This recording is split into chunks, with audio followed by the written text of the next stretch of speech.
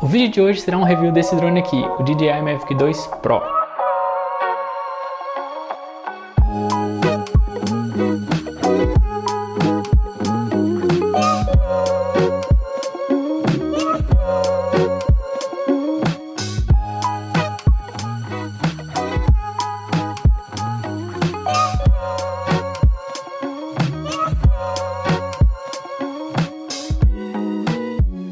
E aí galera, meu nome é Caio, sejam bem-vindos a mais um vídeo aqui no canal. E no vídeo de hoje eu vou trazer um review desse drone aqui, o DJI Mavic 2 Pro.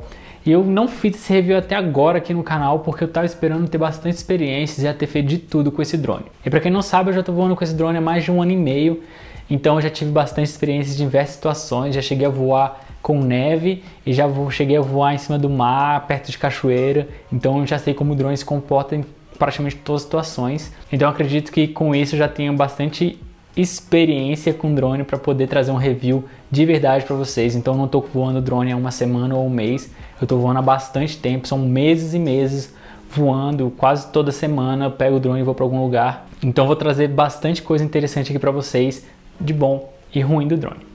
Vamos começar com a qualidade de construção. O drone é praticamente feito de plástico, todas as coberturas externas são feitas de plástico, mas esse plástico todo é para que o drone fique mais leve. Isso para que ele fique dentro aí dos padrões e das leis internacionais da maioria dos países, abaixo de 1 kg. Então um drone abaixo de 1 kg você tem maior flexibilidade de voo, você consegue fazer voos sem muita burocracia, então você não precisa pedir permissões que demoram semanas, até meses para você conseguir para voar na maioria dos locais. Claro que cada país e cada cidade, cada local tem a sua peculiaridade, tem a sua facilidade ou dificuldade para voar, mas abaixo de 1 kg, então por ser bastante plástico, é uma vantagem muito boa. A única coisa que eu queria que eles tivessem corrigido ou prestassem mais atenção é no gimbal. Toda vez que você tira ou coloca o protetor do gimbal, ele arranha a parte de cima do gimbal, então dá aquela aparência de bastante uso, mas na verdade na segunda vez que você já tira, já tem um arranhado. Então é uma coisa que é normal, todo drone que você for achar, sendo 2 Pro, não o Zoom, vai ter esse mesmo problema. E o tamanho eu acho que é um tamanho bom, eu consigo carregar ele na minha mochila, então eu carrego numa 350W, eu já fiz um review aqui da Louis Pro, então é uma mochila que não é muito gigante, cabe o drone, cabe todos os acessórios dele, minha câmera e mais uma lente aí. Claro, fica pesado, mas só para você ter ideia que ele fechado, ele é um drone que é relativamente pequeno e você consegue carregar ele com mais facilidade numa bolsa. Uma coisa que é péssima na construção desse drone, é péssimo. O controle, a entrada do cabo é uma entrada retangular. Então se você tem o adaptadorzinho para ligar o celular, também tem a entrada retangular. Então é fácil de você sempre acertar o lado.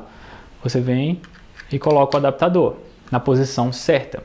Porém, no carregador, o adaptador não é retangular, é um micro USB. O que acontece? Ele não é retangular, a entrada aqui é retangular, então você não sabe qual lado que você tem que colocar. Então você não sabe se ele entra assim ou se o cabo entra assim.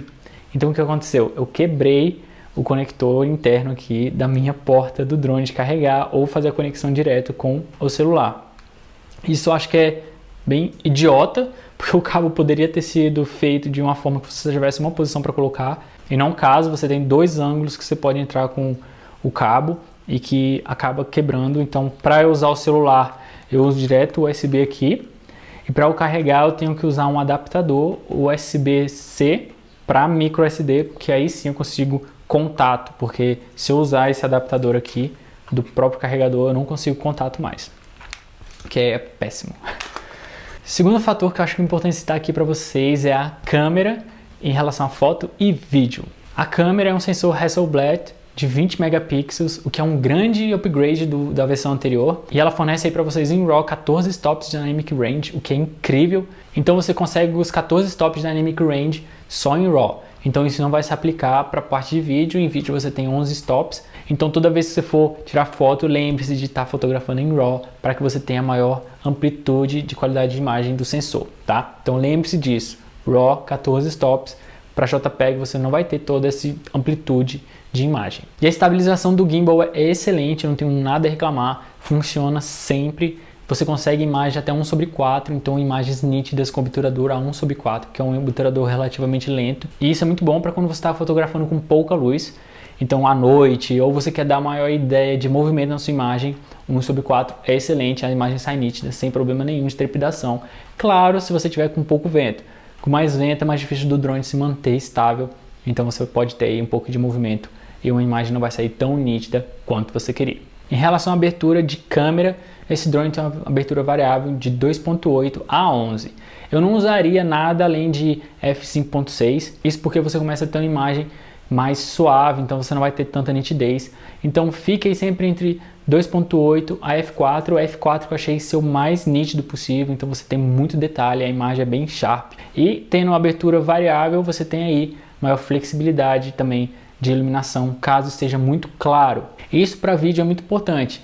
Claro que a partir do momento que você vai fechando o obturador, você vai ter uma imagem menos nítida. Então por isso que eu recomendo muito você adquirir um filtro de densidade neutra. O conjunto de filtros que eu comprei, que eu achei mais em conta aí, é da PeeJoy Tech, que é esse kitzinho aqui. Eu já fiz um review, eu vou deixar marcado aqui em cima para vocês nos cartões. E esse kit de filtros ND, eu tenho ND8 até ND64.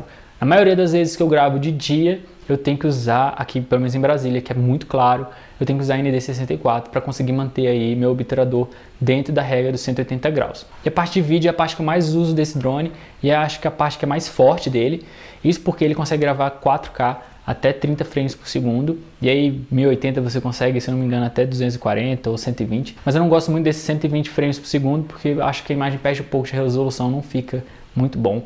Então na maioria das vezes eu gravo realmente a 4K 24 frames por segundo. E você tem duas opções aí, você pode gravar tanto 8-bit, que aí ele vai usar a compressão H264, ou 10-bit, que ele vai usar a compressão H265. E qual que é a diferença? Se você vai mexer com cor, vai fazer color grading, você vai querer mexer mais na sua imagem em termos de cor, exposição, temperatura, grave H265, porque você vai estar gravando a 10-bit. Então 10-bit você tem mais informação de cor dentro do pixel. Já o H265 você vai gravar em 8-bit, que é como se fosse um JPEG normal, tá? Então você não vai ter tanta flexibilidade na hora de editar. Qual é a vantagem e qual é a desvantagem do H265? O H265 comprime mais a sua imagem, então na hora que você estiver editando, você vai ter mais dificuldade, dependendo da sua máquina, provavelmente vai ter, de editar. Isso porque o computador vai ter mais trabalho para descomprimir todo aquele arquivo e fazer a leitura para você. Então você vai conseguir um playback constante e suave. Então você provavelmente vai ter que usar proxy. A vantagem é que realmente você vai ter 10-bit, o H264 é bem mais leve, aí é um codec mais simples, então tem menos compressão, então roda muito fácil na hora de você editar. O terceiro aspecto que eu acho que é muito importante frisar aqui é a distância de voo e a bateria. Eu consigo voar tranquilamente 5 km ou 20-25 minutos de bateria, se as condições do tempo permitirem. Então se tiver pouco vento, então o drone não vai estar trabalhando tanto para se manter estável, e se não tiver muito frio. E depende também de como você configurou o drone. Se você configurou o retorno para casa, com por exemplo 30% de bateria, então você vai ter uma distância menor, um tempo menor de voo, porque o drone vai querer voltar para casa com menos tempo. E se você configurou aí, por exemplo, 20%, você vai ter um pouquinho mais de tempo de voo. Eu só não recomendo configurar abaixo de 20, porque a partir de 15 ou 10% ele vai pousar, independente da distância que ele esteja de você, ele vai querer pousar. Então é um modo mais seguro dele, ele vai achar um lugar, vai começar a descer e você não vai conseguir, por exemplo, manter a altitude. Você consegue trazer ele para frente ou para os lados, mas você não consegue manter a altitude. Então lembre-se sempre disso quando estiver configurando, não configure muito para baixo, ou retorne para casa, porque pode aí causar um acidente de você pousar ou estar em cima de um lugar, por exemplo, da água e não conseguir pousar no local apropriado. Em relação à distância de sinal com controle, aí eu consegui já 8.500 metros, então mais de 8,5 km eu consegui voar. Eu vou colocar aqui o vídeo dessa loucura que eu fiz. E ainda tinha um sinal bom no controle em relação ao drone, então eu estava com 2 a 3 barras de sinal, estava o sinal HD, então com certeza eu iria conseguir voar mais. O único problema é que se você não tiver como voltar, você já está com a bateria muito crítica, está muito baixa, então ele vai pousar onde ele quiser. E lembre-se que o sinal não faz curva, o sinal voa apenas em linha reta. Então se você estiver em um local aberto, amplo e plano, você vai ter uma distância de sinal muito maior. Se você estiver voando em lugar com bastante árvore, ou prédios altos, ou uma diferença de relevo muito grande, você vai ter um sinal pior. Então vai chegar momentos que você vai ter bolsões que você não vai ter sinal, então você vai ter que ajustar aí a antena, ou você vai ter que subir o drone para ter mais sinal. Então é muito importante observar o local que você está voando antes, para ter ideia de qual distância que você vai conseguir voar do controle. Uma coisa interessante sobre a bateria: se você estiver indo voar em algum local que está muito frio, abaixo de 0, por exemplo. Eu já tive a experiência de estar indo para o local, eu chego no local, está abaixo de 0, eu pego a bateria estava na mochila e a bateria já estava muito fria. Coloca ela no drone, o que acontece? Ele pede para você esquentar a bateria para que ele possa voar. Então, se você estiver indo para um lugar que está muito frio, recomendo levar a bateria no bolso. Leva no bolso da calça, no bolso da jaqueta, que aí mantém a temperatura da bateria. Então você não vai ter que esperar a bateria esquentar na hora de voar. Você vai chegar, colocar no drone, levantar voo. E eu já voei aí com neve. Não estava abaixo de 10, que é a recomendação da DJI. Não voe abaixo de 10 graus. Não é a temperatura de funcionamento do drone. Mas aí provavelmente menos 5, menos 3 eu já voei. E o drone não tem problema nenhum. E também já voei aí a 35, quase 40 graus. Também ele voou sem problema. Claro que ele chega muito quente, pelando. Então, eu acho que é pior você voar mais quente do que voar quando estiver mais frio. Faz sentido, eu acho. E eu recomendo, já que a gente está falando de bateria, comprar uma segunda bateria. Isso porque permite que você tenha mais flexibilidade na hora de fazer suas imagens. Porque às vezes você tem aí uma bateria só, então você tem que voar e já tem que começar a gravar. Com uma bateria a mais, o que você pode fazer é planejar suas imagens melhor. Então você pode ir até um local, fazer um voo só de teste para ver: esse ângulo tá legal, esse ângulo tá legal, como é que tá em relação à exposição, qual lado que é melhor tá voando. Então recomendo comprar uma bateria extra, não é barato, mas ajuda muito e também te permite fazer, por exemplo, hyperlapse do dia para a noite. Então quem tiver interesse em fazer hyperlapse dia e noite, é bom ter uma segunda bateria. Eu vou deixar um vídeo aqui também.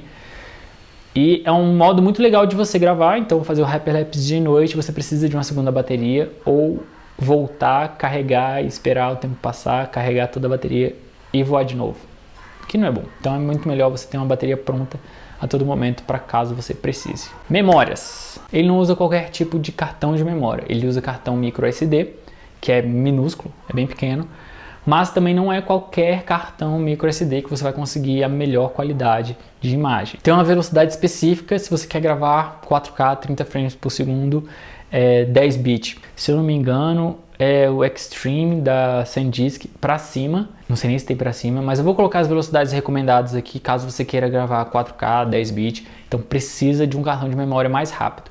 E caso você esqueça seu cartão de memória em casa, ele também tem uma memória interna de 8 GB.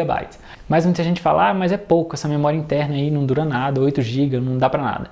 Gente, eles fizeram uma memória interna exatamente do tamanho necessário para ele voar durante os 30 minutos. Então, uma bateria, não necessariamente vai voar 30 minutos, mas uma bateria é exatamente o tempo suficiente de você voar, gravar e encher esses 8 GB.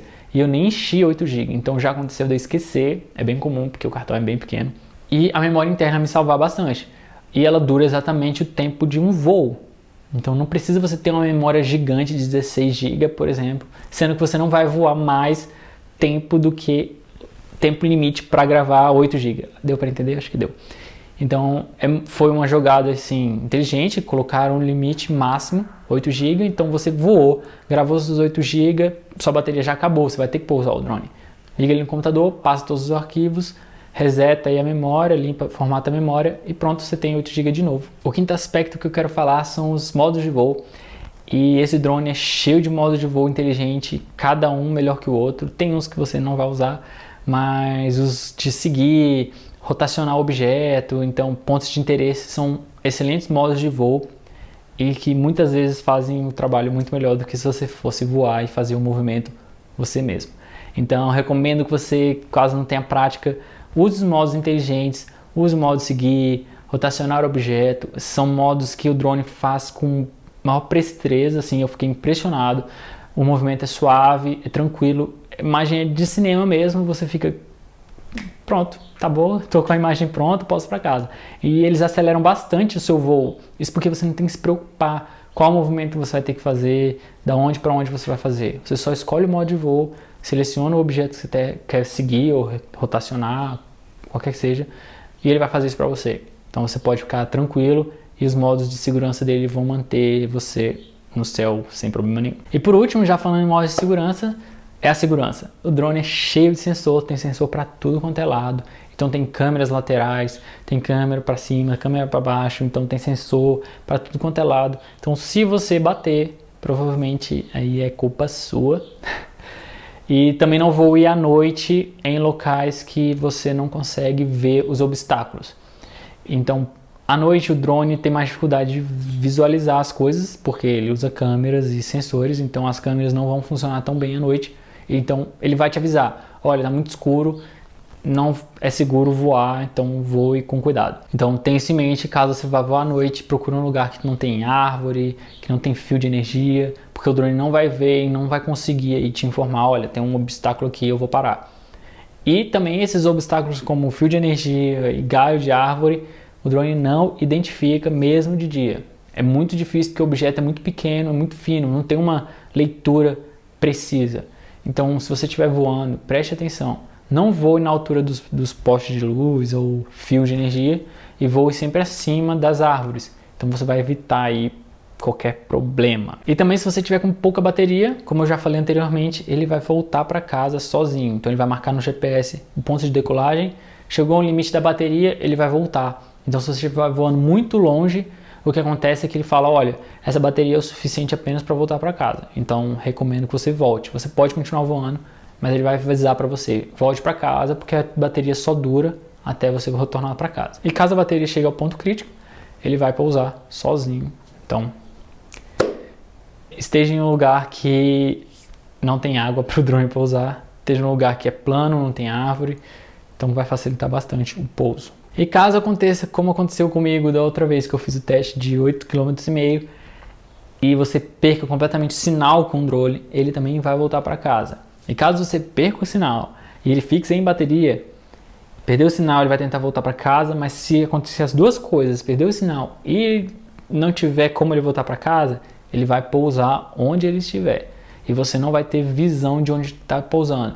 A única coisa que vai ter é a marcação. Essa foi a última localização dele no mapa. Aí você vai ter que ir atrás, às cegas, e caçar o drone no meio do mato, como aconteceu comigo. E esse foi o meu review de quase anos voando com esse drone, o DJI Mavic 2 Pro. Eu espero que vocês tenham gostado, eu espero também que tenha ajudado aí, caso alguém tenha alguma dúvida, ou esteja um pé atrás na hora de, vou comprar, não vou comprar, ou posso levar o drone mais ao limite. Então tá aí, espero que tenha esclarecido qualquer questionamento, qualquer dúvida, sugestão, só colocar aqui embaixo no vídeo, e até a próxima.